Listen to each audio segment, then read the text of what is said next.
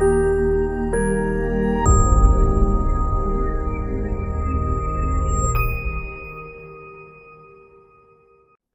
नमः छात्रों। Last video में हम लोगों ने पाठ का उत्सव प्रिया देवभूमि ही का पाठ का एक्सप्लेनेशन देखा। तो पार्ट 2 में आज हम लोग इसके सारे एक्सरसाइज देखने वाले हैं और उस दौरान मैं आपको बहुत सारे ट्रिक्स भी बताने वाली हूँ कि इसको कैसे याद रखना है, कैसे सॉल्व करना है। तो वीडियो को बिल्कुल स्किप मत कीजिए और वीडियो को लाइक जरूर कीजिए। अगर अभी तक चैनल को सब्सक्राइब नहीं किया है तो जल्दी से चैनल को सब्सक्राइब जरूर कीजिए। तो चलिए शुरू करते हैं। भाषाभ्यासः माध्यम भाषया ससंदर्भ स्पष्टीकुरुत गुणोत्तरो दक्षिणस्थितोऽपि सह्याश्रितो अपि द्विशतम असह्यः। तो माध्यम भाषा में आपको याद रखना है कि आपको उसको कैसे कैसे लिखना है।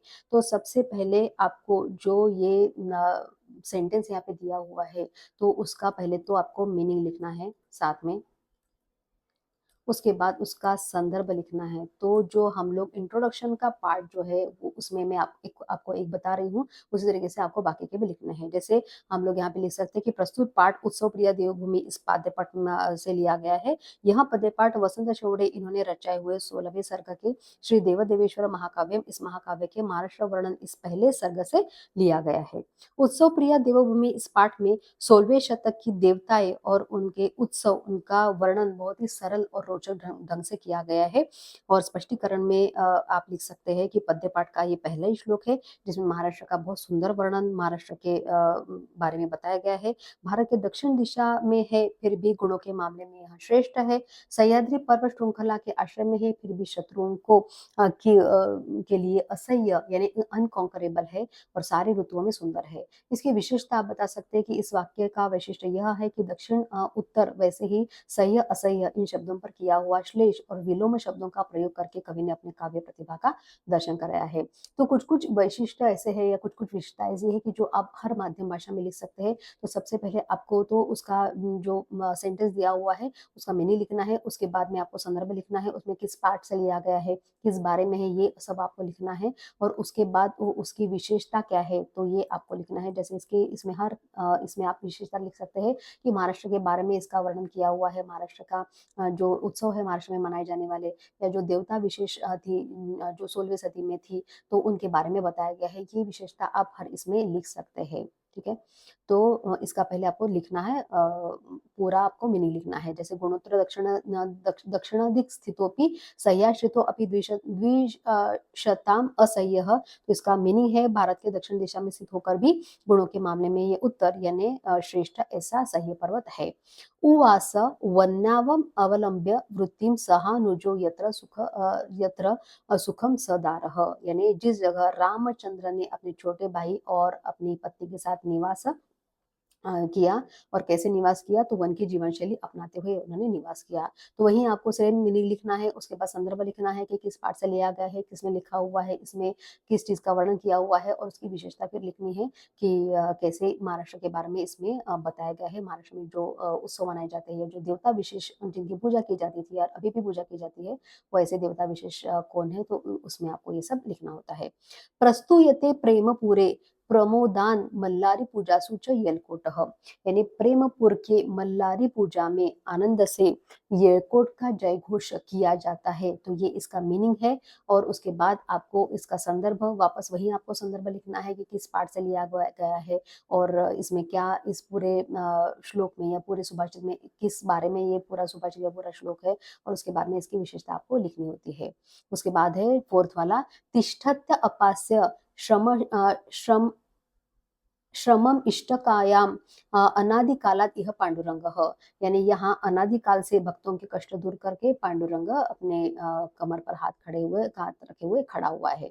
और वहीं आपको मीनिंग संदर्भ और विशेषता इसकी लिखनी होती है। क्वचित शिवो राजति वैद्यनाथ। यानी यहाँ कभी वैद्यनाथ ऐसे शंकर भगवान यहाँ या शिव भगवान सुंदर दिखाई देते हैं। तो इस तरीके से आपको उसको माध्यम भाषा यानी आपने जो भाषा सिलेक्ट की है मराठी, हिंदी, इंग्लिश, गुजराती तो आपको इसमें लिखना होता है माध्यम भाषा में। आगे का क्वेश्चन देखते हैं। उचितम कारणम चित्वा वाक्यानि पुनर्लिखत। यानी उचित कारण चुनकर वाक्य पुनः लिखिए। पांडुरंगः कल्पद्रुमः इव अस्ति। यानी पांडुरंग कल्पद्रुम यानी कल्पद्रुम कल्पवृक्ष के जैसा है। क्यों? सह इष्टिकायाम तिष्ठति, वो ईंट पर खड़ा है, या सह भक्त से मनोरथन पूरयति, या वो भक्तों की मनोरथ पूरा करता है, यानी भक्तों की इच्छाओं को पूरा करता है। तो ये सेकंड वाला जो ऑप्शन है वो करेक्ट है, तो आपको यहाँ पे टिक करना है। यात्री वर्ग नृसिंह वाटिम आगच्छति यतः, तो यात्री वर्ग नृसिंह वाटी आते हैं। क्यों? सह नृसिंह दर्शनम इच्छति, वह नृसिंह दर्शन करना चाहते हैं, या सह अत्रिसूनोः दर्शनम इच्छति, या अत्रिसूनो यानी उनकी बेटी का दर्शन करना चाहते हैं। तो यहाँ पे सह अत्रिसूनोः दर्शनम इच्छति, ये आंसर करेक्ट है। आगे का क्वेश्चन देखते हैं। उचितम वाक्यांशम चित्वा वाक्यम पुनः लिखत।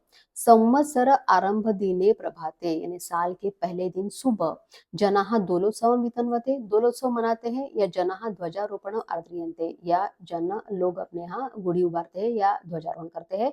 तो ये सेकंड वाला ऑप्शन करेक्ट है, तो यहाँ पे हम लिखेंगे। आषाढ़ मासे भक्तव्रज, यानी आषाढ़ महीने में भक्तगण जो है वो पौंडरिकम समागच्छति, यानी वो पंढरपुर जाते हैं, या नृसिंह वाटिन समागच्छति, या नृसिंह वाटिन जाते हैं। कहाँ जाते हैं? तो पौंडरिकम समागच्छति, यानी पंढरपुर जाते हैं।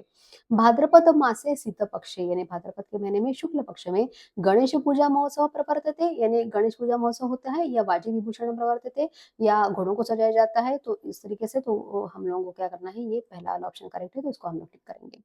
उचितम शब्दम चित्वा चतुष्कोणम पूरयत, यानी उचित शब्द चुनकर इसको पूरा करना है। रामचंद्र से निवास स्थानम, यानी रामचंद्र का निवास स्थान क्या था? तो यहाँ पे हम लिखेंगे पंचवटी। मयूरेश पुरस्थ देव, मयूरेशपुर का देव कौन? गणेश, गणपति भगवान। श्रावण मासी क्रियमाण उत्सव, यानी श्रावण महीने में मनाया जाने वाला उत्सव कौन सा है? तो वृषोत्सव, यहाँ पे लिखेंगे वृषोत्सव। शारद पूर्णिमायाः नामधेयम, तो शारद पूर्णिमा का नाम क्या है? तो ये है कोजागिरी। अनादिकालात इष्टिकायाम तिष्ठति, यानी अनादिकाल से ईंट पर खड़ा हुआ है, तो कौन? पांडुरंग। उसके बाद मल्लारी पूजा सु प्रस्तुयते, यानी मल्लारी पूजा में कहा जाता है क्या? येलकूट, येलकूट। उसके बाद है पूर्ण वाक्य न उत्तरम लिखत, यानी पूरे वाक्य में यानी फुल सेंटेंस में आपको इसका आंसर लिखना है। रामचंद्र कुत्र उवास, तो यहाँ पे हम लोग लिखेंगे गोदावरी रोधसी पंचवट्याम। भक्तव्रजः पौंडरिकम क्षेत्रम कदा समागच्छति, यानी भक्तगण जो है वो पंढरपुर कब जाते हैं? तो हम लोग लिखेंगे यहाँ पे प्रतिवर्षम आषाढ़ मासे।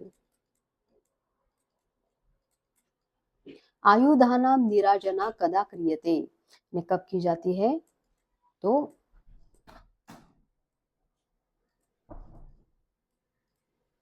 विजयादशम्याम। जनाः ध्वजारोपणम कदा आद्रियन्ते, ध्वजारोपण कब करते हैं? तो संवत्सरारंभ दिने प्रभाते। नेक्स्ट क्वेश्चन देखते हैं।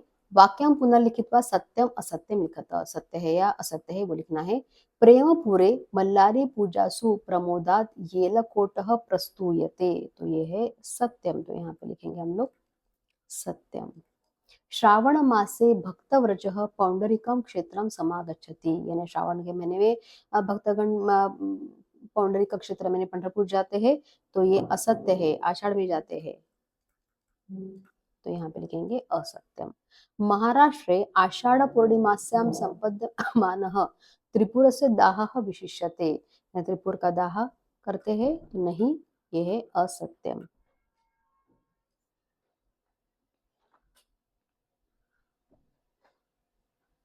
आगे का क्वेश्चन देखते हैं। रेखांकितम पदम आधृत्य प्रश्न निर्माणम कुरुत, यानी क्वेश्चन अपने को फॉर्म करना है। जनाः सद्मनि चैत्र गौर्याः दोलोत्सवं वितन्वते, तो यहाँ पे आएगा कुत्र। सिद्धि विनायकस्य पूजा महोत्सव भाद्रपद मासे प्रवर्तते, यानी सिद्धि विनायक का पूजा महोदय कब होता है? तो भाद्रपद मासे, तो कब के लिए लिखेंगे हम लोग कदा।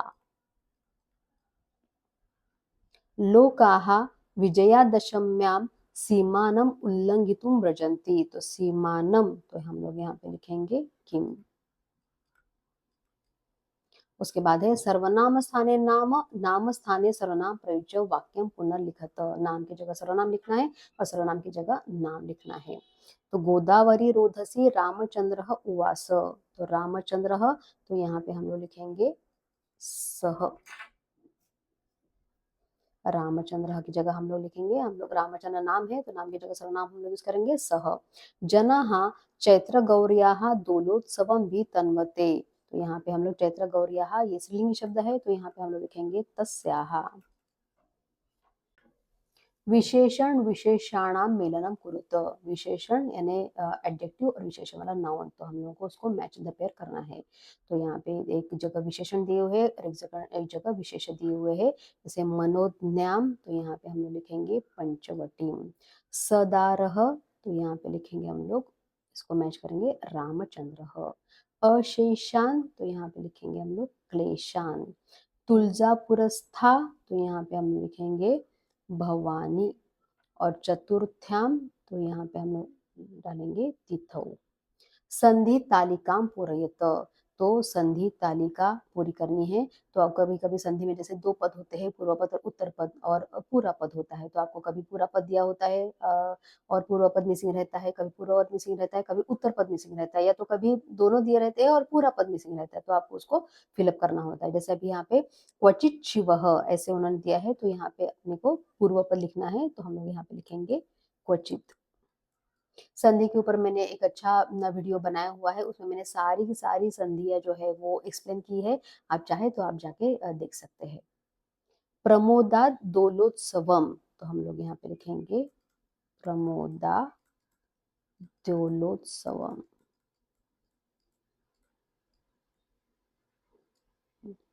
पृथक करणं कुरुत जालरेखा चित्रं पूरयत। अभी महाराष्ट्रम इति देशः, महाराष्ट्र यहाँ देश, दक्षिण दिक् स्थितोपि, तो दक्षिण दिशा में है फिर भी कैसा है, गुणोत्तरः यानी गुणों से युक्त। द्विशताम यानी शत्रुओं के लिए कैसा है, तो असह्यः। सर्वर्तुषु सारे ऋतुओं में कैसा है, तो रम्य रूपः। और यहाँ पे हम लिखेंगे सह्याश्रितः प्रसिद्धः। आगे है शिवस्य अन्यानि नामधेयानि, यानी शिव भगवान के दूसरे नाम जो है हम लोग को लिखने हैं यहाँ पे, तो हम लोग एक एक करके यहाँ पे लिखेंगे महाबलेशः, यहाँ पर लिखेंगे घुश्रुणेश्वरः, यहाँ पे लिखेंगे त्र्यंबकेश्वरः, यहाँ पे लिखेंगे वैद्यनाथः। उसके बाद है आदि शक्ति है रूपाणी, आदि शक्ति के कितने रूप है वो हम लोग को एक एक करके यहाँ पे लिखने हैं। पहला है हम लोग लिखेंगे लक्ष्मी ही, दूसरा हम लोग लिखेंगे यहाँ पे भवानी, फिर हम लोग लिखेंगे यहाँ पे रेणुका, और फिर हम लोग लिखेंगे यहाँ पे महालसा। उसके बाद है सिद्धि विनायक पूजा महोत्सव, यानी सिद्धि विनायक की जो पूजा है, पूजा का महोत्सव है, वो कहाँ और कब मनाया जाता है, तो कहाँ, कदा के लिए हम लोग बोलेंगे कब, और कुत्र के लिए हम लोग बोलेंगे कहाँ, तो कदा। तो कदा के लिए लिखेंगे हम लोग सीते पक्षे यानी शुक्ल पक्ष में, और भाद्रपद मासे भाद्रपद के महीने में। तो यहाँ पे लिखेंगे कब और कहाँ, चतुर्थ्याम तिथौ, और कहाँ मनाया जाता है, तो गृहे गृहे।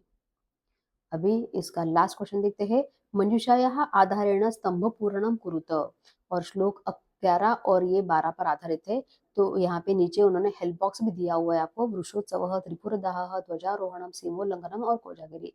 तो विजयादशमी, तो विजयादशमी का लिए हम लोग यहाँ पे लिखते हैं 1, यानी विजयादशमी, तो सीमोल्लंघन के लिए हम लोग जाते हैं। श्रावण मासी, तो श्रावण मासी में क्या होता है, तो वृक्षोत्सव होता है श्रावण के महीने में, यानी बैलपोड़ा, तो यहाँ पे लिखेंगे 2। शारदा पूर्णिमा, तो शारदा पूर्णिमा में हम लोग मनाते हैं कोजागरी, तो ये लिखेंगे 3। और कार्तिक पूर्णिमा में होता है त्रिपुर दाह, तो यहाँ पे लिखेंगे 4। तो यहाँ पे पहले पार्ट में हम लोगों ने पार्ट का एक्सप्लेनेशन देखा, उसके बाद दूसरे पार्ट में हम लोगों ने इसके सारे के सारे जो क्वेश्चन आंसर है वो भी देखे जो आपको एग्जाम में पूछे जाते हैं। तो मुझे आशा है कि आज का वीडियो आपको अच्छा लगा होगा। वीडियो को लाइक करना मत भूलिए, अपने दोस्तों के साथ शेयर कीजिए और सब्सक्राइब करना तो बिल्कुल मत भूलिए। मिलते हैं नेक्स्ट वीडियो में, तब तक के लिए पुनर्मिलामः।